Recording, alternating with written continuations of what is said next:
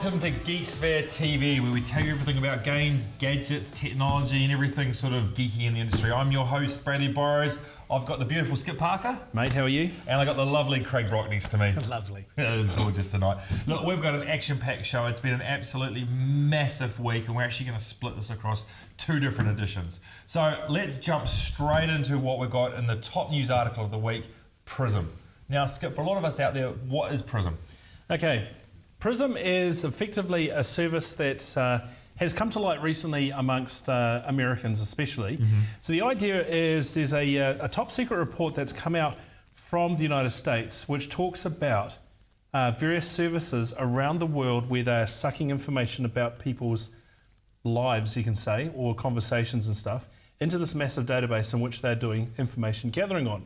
So you're looking at sites like Microsoft's MSN Hotmail services, Google, Yahoo, Facebook, Paltalk, YouTube, Skype, Apple. I mean, these are big companies. Now, one key one missing off that is Twitter. Yeah, so Twitter, so the scenario is they're gathering all this stuff, email, chat, videos, photos, stored data, VoIP, file transfer. The list is phenomenal. And it's really kind of kicked up in the States, this whole idea of civil liberties. Why is the government doing this and why are they gathering all this information? So everyone's up in arms. Now, of course, these companies have all come back and said, no, we're not doing this at all. Which is what you expect them to say if they were, right? Conspiracy theory there.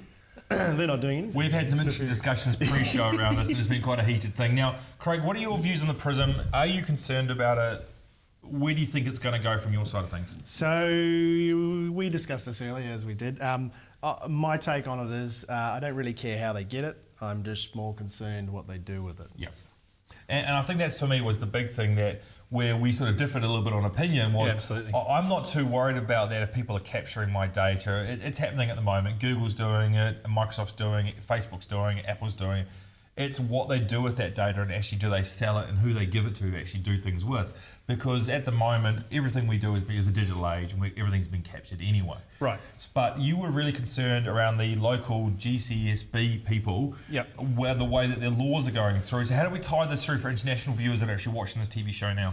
Okay, so just a sort of a background, one of the slides that they showed came up and told everyone basically how they were interfacing with different aspects of the globe. You can see it on the screen right next to me there. Europe, Africa, Asia Pacific, US, Canada and Latin America and so forth. So they are sharing information across this network with each other. So there's a bit of stuff happening there. Now, as a New Zealand citizen, as New Zealand government is part of sort of an agreement of information gathering. And so we share information with America and stuff like that. So for me, civil liberties is huge. I think that gathering information, I can see its purpose to it, but what they're doing is they're looking at gathering information needlessly for the day that potentially, if I'm a bad guy, they can go back and look at what I did when I was a teenager. So, hold on. So one of the big things also for me is where people are using it to bypass the local country's laws. So a situation like this right now is up in England, they can't actually do a lot of what the Americans have rights to do in their country around actually looking at the data.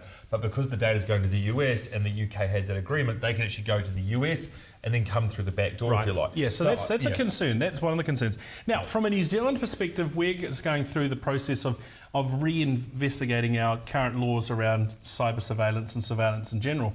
Now, we've had obviously the .com issue that came through. Now, that was an illegal spy case because Kim.com was actually a New Zealand citizen and our organisation, the GCSB, aren't supposed to spy on New Zealand citizens. So what they're doing is they're extending the boundaries to allow them to do that now. Now, the problem I have with it is the law is quite extreme. It's much more extreme than what you see in the States. So they have a lot more power to do a lot more here than they do in the States. Even be able to influence the way that telecommunications are built in New Zealand to allow wiretapping. Now, you were talking around ISPs earlier as well. Now, this has actually been in place for quite a while. It's from what people you've heard in the industry talking about, correct? Yeah, so my understanding is that police have the power already to obtain information about what you do on your internet account. So my understanding is all ISPs in New Zealand, and I can confirm this, but they absolutely need to provide information when required to the police. Now, to be provocative, I don't actually care because I don't do anything wrong, so therefore they can capture my data. That's a lot of people's arguments right now, and it's a valid one in some respects because if you're doing nothing wrong, then why should you care? Yeah, I can see that side of the argument to a point. If I'm doing nothing wrong, there's nothing to be worried about. My concern is where this information goes. So it can go to all the government departments as far as I'm aware, as far as I can see in the law. So it allows people to sort of send off information to inland revenue and that sort of thing. So let's play out a scenario here. Yep. Craig's buying a whole lot of services off you for $1 million. Yep. Now, right now, the way that what you're telling me is Craig's money would actually go through, the GCSB would look at it, they would send all of that money to inland revenue here in New Zealand, other departments, before it actually gets to you, in theory. Well, yeah, I mean, they can track that sort of transaction, what's going on with that sort of thing. So, yeah, there's just a lot of unease I have about the current law that's going through, and I think it's worth us being aware of it. Now, there is a site, Tech Liberty, if you search for it on Google, here in New Zealand, they've done a great breakdown of the law and what it entails and some of the concerns around it. I think it's definitely worth us understanding what's going on, because I fear that there's actually some aspects which are pushing into our own personal lives which we're not aware of, and we need to be aware of it.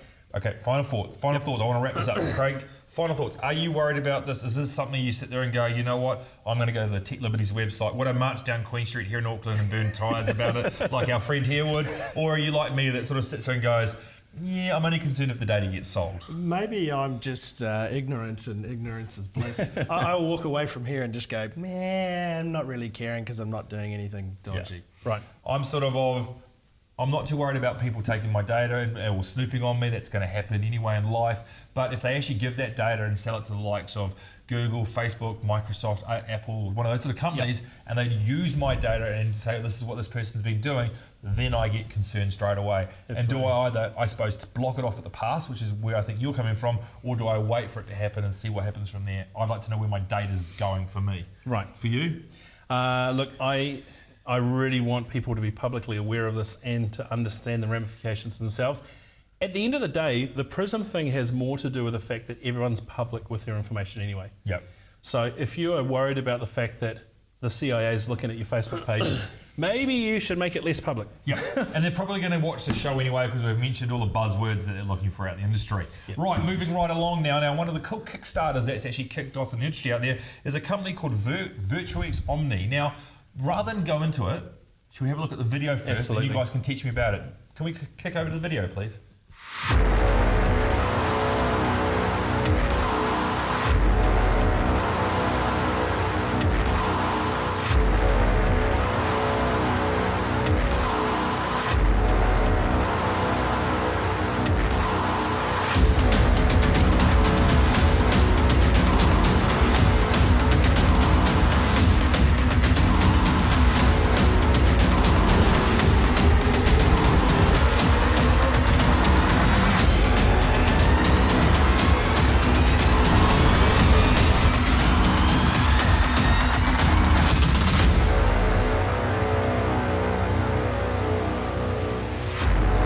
Okay, so Virtuix Omni is this very cool environment where you, in your house, you can remain attached, obviously, to this device, and you walk along, and it tracks your movement. So just think about the idea of putting on virtual goggles and playing. You couldn't really move around in that environment. So what they're doing now is they are basically saying, hey, we'll strap you to the centre, and you're on a sort of slippery surface, basically, walking around, and we'll track your movements. You're turning and you're walking, and we can actually move you in the game. So you were talking about quite a cool scenario where you actually have gaming LANs, and you're talking about, imagine having 6 of these things in a room. 5 or 6 of them. We're all playing, for arguments, Battlefield. Yep. You can duck down. You're all running. I mean, we'd all look a bit silly in the room. But it would be a very cool experience, right? It would be fantastic. Yeah. Now the thing is, just if we go full screen on this. This is one of my favourite games on the PC is Left 4 Dead 2.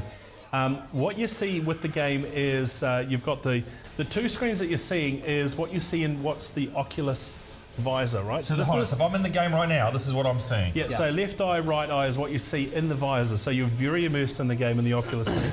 And on the bottom right-hand side of it, you can see the guy moving around and interacting in his living room, or probably office there in that case. And it's basically just tracking movement so he can play within the game. So it's all about moving forward, so you can see him walking forward and he's moving within the game. So it's very immersive. This is very cool. It does look like an aerobic workout piece of gym equipment. It does. But do we know the pricing of this thing yet? Yes, we do actually. I believe this thing is only like $500 US. Yeah. Whoa. And you know why? It actually has very little technology in it.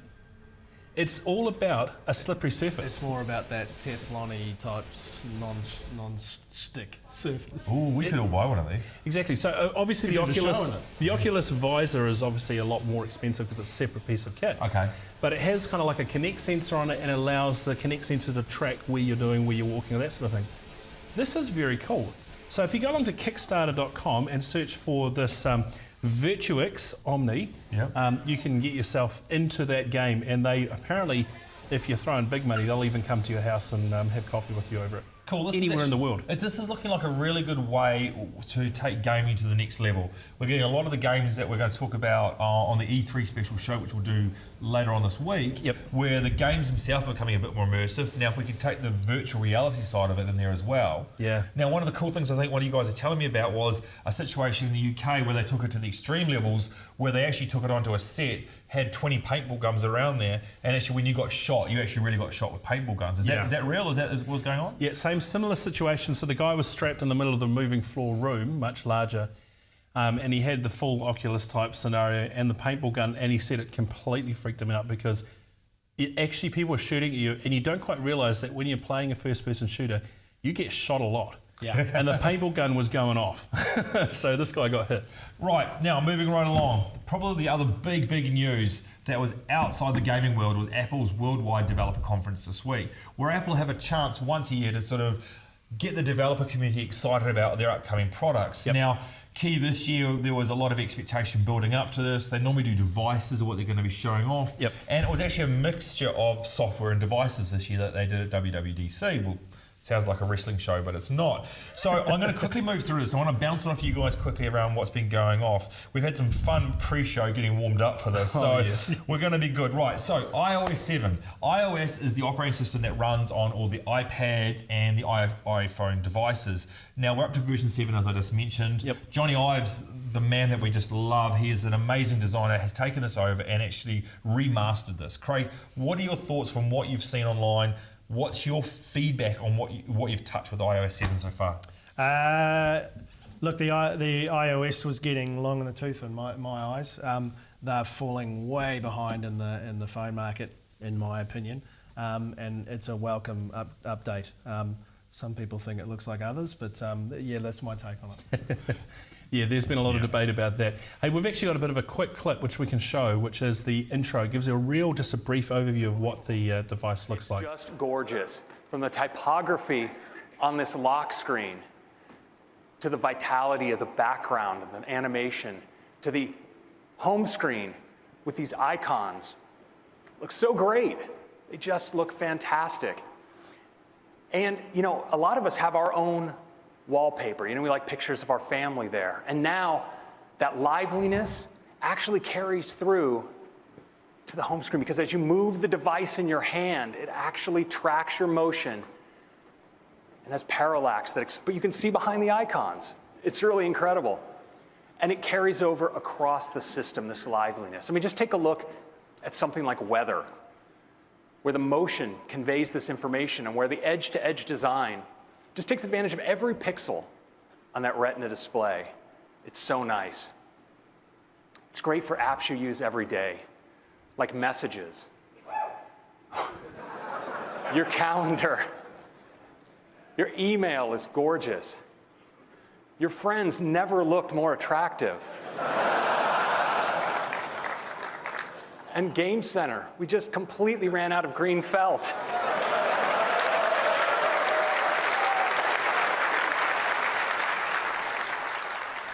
Okay, so that's iOS 7. Yep. Now, I got rather passionate around this one because one of the things for me right now, and I'm going to lay this on the table, is that Apple have always been, and Steve Jobs has said this, he will copy or steal other ideas to really take things and make them better. And Apple are renowned for this, whether it's the Xerox system, which then became the OS for Macintosh, the mouse, you know, all those sort of things. Now, they have really copied from 3 platforms. They've copied from the Windows Phone 7 platform or Windows 8 Phone 8 platform. They've copied from Android and they've copied from BlackBerry, and they've put it together into this new iOS 7. And that's really upsetting a lot of the Apple fanboys in the market out there because of the originality that doesn't exist anymore in it. They're feeling that's their feedback. A lot of other people are going, this is really good. You know what? I really like iOS 7. I really do like it. Yeah, I like the look of it. I like, I do hear the arguments about the fact that it's a copy of Android and BlackBerry features and Windows Phone features. Yep. But it's still uniquely Apple. I mean, it's got the Apple engine, and there's a few things it just does well with the hardware at hand. It is, I mean, I've got a picture of some of the screens here. It's just a nice, clean, flat interface, but it's still actually quite crisp and clean. So one of the major problems, if you guys have a look at this, can you see what is a problem with this, with what I'm seeing right now, is that it's all white. It's very, very, very white. And the thought is at the moment is even though you can make it transparent, is that you're not going to be able to change a lot of the whiteness out of it. And that's one of the questions that people are saying we need to be able to make this thing a little bit more darker for the backgrounds, because it's a very white, flat looking system for this point in time. I like it though. I really do. I really do like the look of that. I mean, if you look at the start screen, it was obviously they talked about the parallax aspect of it. I mean, it's become a bit of a joke for a few people. Like, parallax was the thing we talked about with the Amiga. Yeah. But they still pulled it off, and they pulled it off in a really nice way. So they're looking at the user experience and delivering something that just looks nice and crisp. Now this will run on the iPhone 5. I understand that a few people already loaded it. Yep. But we'll actually at the end of the segment we'll come off what they didn't show versus what they did. Now the next thing, Craig, iTunes Radio. Do you use Pandora and Spotify at all? Not at all. Okay, you're useless to me. No, seriously. So online radio stations where you can build up your own playlists. Pandora and Spotify, you're obviously aware of them and from that side. Yeah, of things. absolutely. So obviously we've got Apple have come out and put up iTunes Radio, which is an online radio station. Is it something of interest to you? Do you see it? They're going to take the world with storm, or are we sitting there going, Yes and no. I've recently subscribed, or probably 3 or 4 months ago, to Xbox Music. Yep. And I love that service where I don't necessarily have to have anything on me. I can play stuff from the store directly. I can search. I can do whatever I want. So from that point of view, yes, it's relative. Look, I don't know that I would use it personally. I'm not much of an iOS person anymore. But look, another service is another service, and I love them. So it's a free service with ads. Now, if you get the iTunes matching service for $25 US a year, you get no ads in it. What are you? Are you a Pandora user or a Spotify? I'm actually a Spotify user now. Now, I've used Pandora and I've used Spotify, and I'm currently sitting on Spotify at the moment. It's just another service. There are so many, and they're all offering the same thing. Really, literally, there's not a lot of difference in them. Apple will do well out of this because it's part of the Apple ecosystem. Yep, it's built into everywhere. And so well done for them for getting that done. It depends how easy it is to use. I mean, again, much like the Xbox Music spit it out App Center, you can use it on all your Microsoft devices. So if you're logged on, you sign on with your user ID. It's across the board. Phone, tablet, and that's obviously what Apple are attacking. Yeah, because it's iPad, Mac, and iPhone at this point in time. Right, let's move off quickly now. Apple, the OS X, which actually runs on all the MacBook Airs, MacBook Pros, all the desktops and everything from that side of things, has really traditionally stuck with a cat name. So you've had Lion and bits and pieces. Now, they've changed names. Yep. They've changed for key points of preference in the California area. Mavericks is a point break area for great surf. Right. So they're now moving to this new generation. And for the buffs out there, this is Mac version 10.9, so it's a minor release. In saying that, there's a lot of really nice features coming into this. Now, the big one for me, which may seem funny, is the multi-monitor support. Yep. That is actually really smart. Now, Craig, have you had a look at this from your side? Look, for the multi-monitor support, I don't know what it adds personally, but that's just my take. Now, that's an interesting point because on the outside it looks like it adds not much at all, to be honest. But when you dig into it, the depth, the breadth that you can actually get out of this is so much better. So it's got, like those virtual desktops arrangements. You've got monitors that act separate from each other. And then the one aspect of multi-monitor I like the most is AirPlay. Yes. Being able to fire up a monitor wirelessly across the room on my Apple TV device or something like that. Or a TV that's just got is AirPlay enabled. You can have Apple TV. So you can have, imagine this was a MacBook Air. We could have a TV over there that's AirPlay enabled. I could throw the screen up and have 2 screens away up and going. That is very So cool. not to be a Microsoft fanboy completely. So it's very similar to what they do on Xbox. So you got No, Xbox no. See, the thing with the Play Xbox is it actually works within content and media pushed to that space.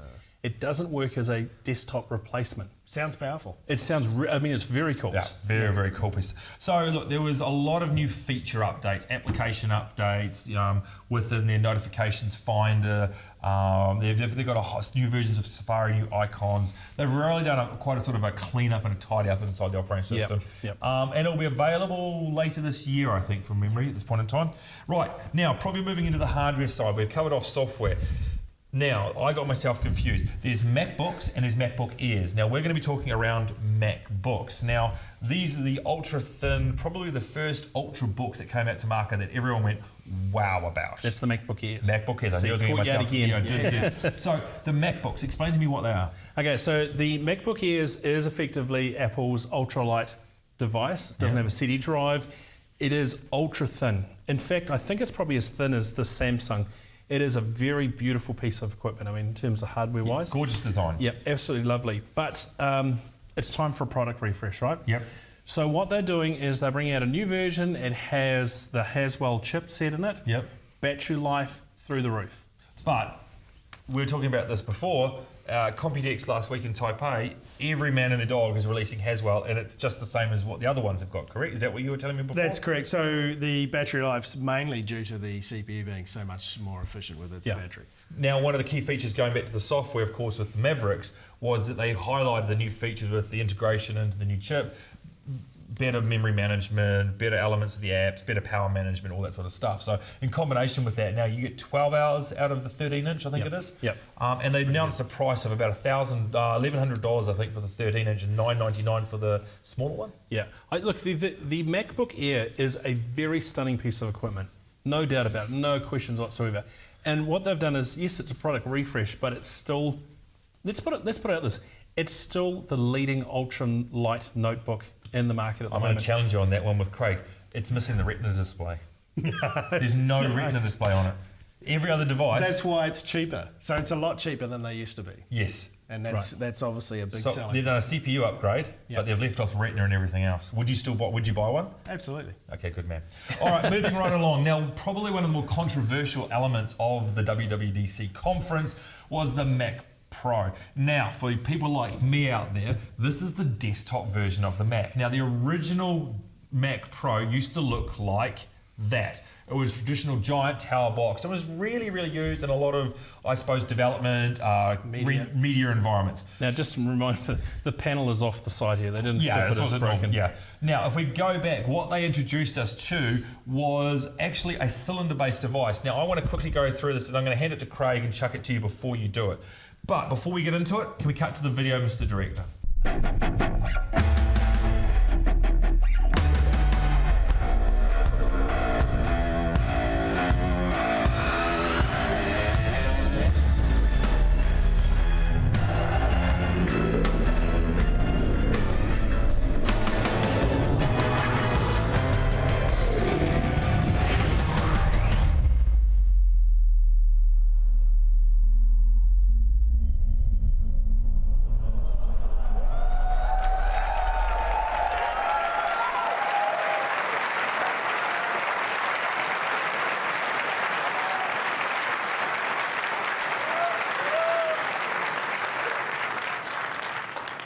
Can't innovate anymore, my ass. Right, so that was the announcement. Great little jibe about innovation, my ass, on that one. Look, it really shows that the marketplace has given them beanies for not doing anything for so long. And possibly, I'm just going to put this out there, this keynote is possibly one of the best I've seen come out of Apple. It was light, it was entertaining, it targeted a few things, it really had digs at people. I think they did a really good job. This is a promising keynote post Steve Jobs. Right, now, if we can cut to your laptop while I question Craig, you've had a look at this device. You've had a bit of a fun with its design and that. What does it look like to you from the outside? And then actually give us a bit of hardware from what you've been researching online. So look, I actually think it looks quite cool, and it's definitely different to what you see out there. Classic Mac, they're going cutting edge, if you like. Design, right? Design.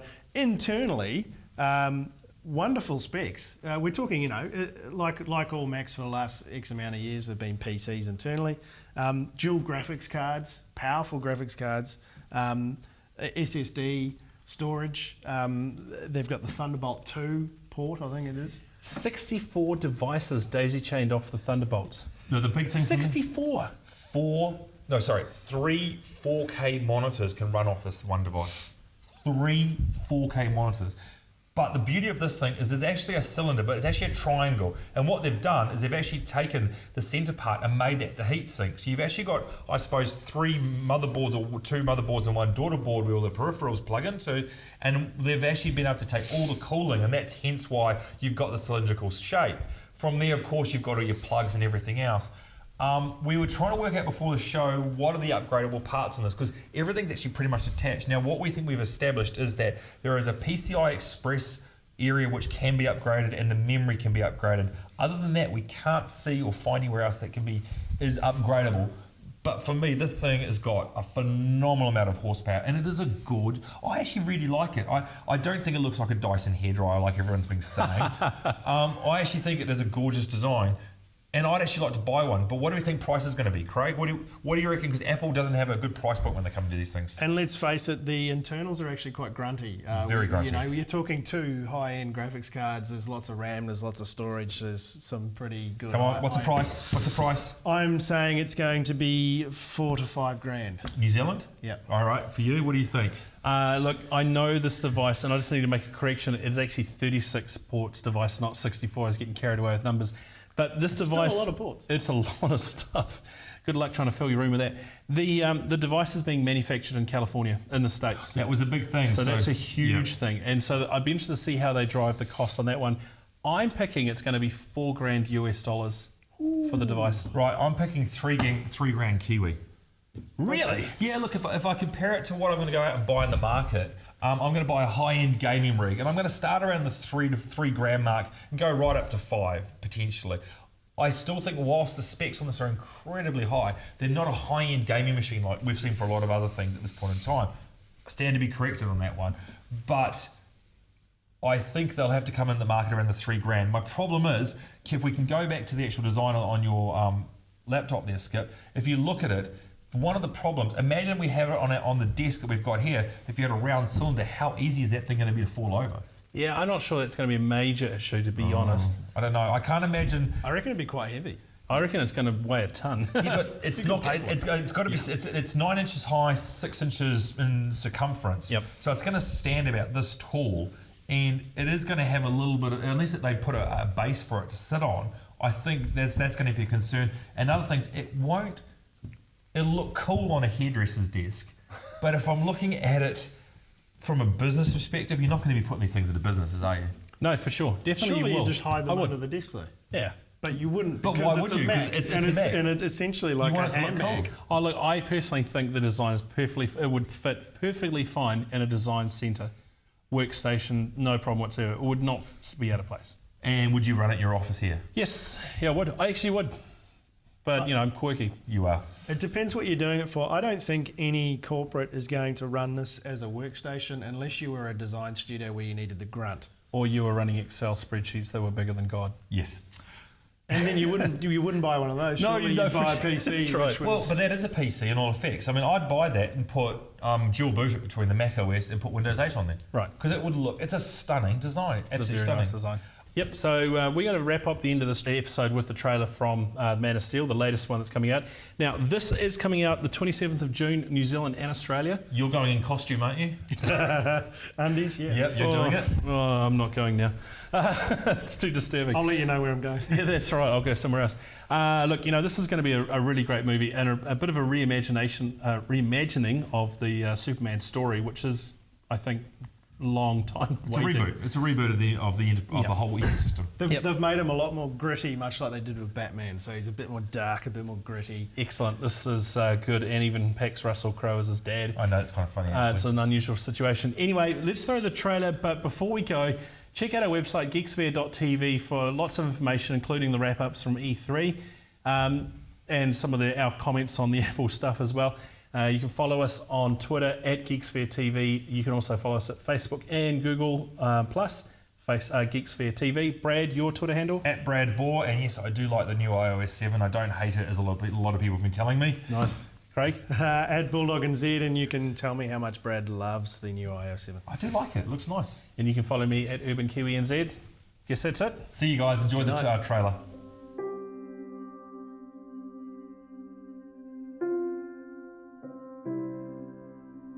Goodbye, my son. Our hopes and dreams travel with you. He'll be an outcast. I'll kill him. How? He'll be a god to them.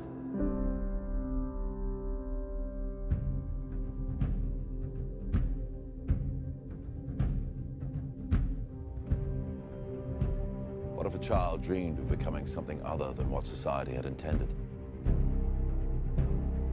What if a child aspired to something greater?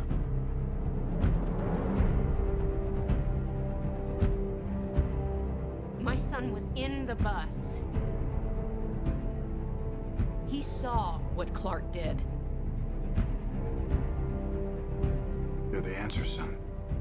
You're the answer to are we alone in the universe? Can I just keep pretending I'm your son?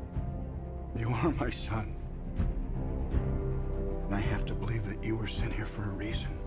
And even if it takes the rest of your life, you owe it to yourself to find out what that reason is. How do you find someone who has spent a lifetime covering his tracks? For some, he was a guardian angel. For others, a ghost who never quite fit in.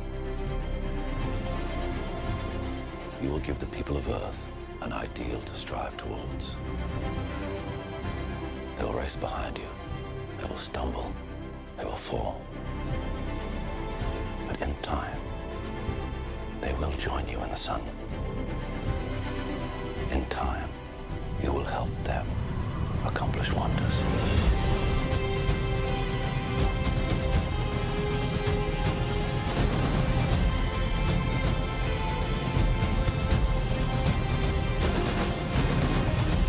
You believe your son is safe? I will find him! My father believed if the world found out who I really was, they'd reject me. He was convinced that the world wasn't ready. What do you think? What's the S stand for? It's not an S. On my world, it means hope. Well, here it's an S. How about... Excuse me.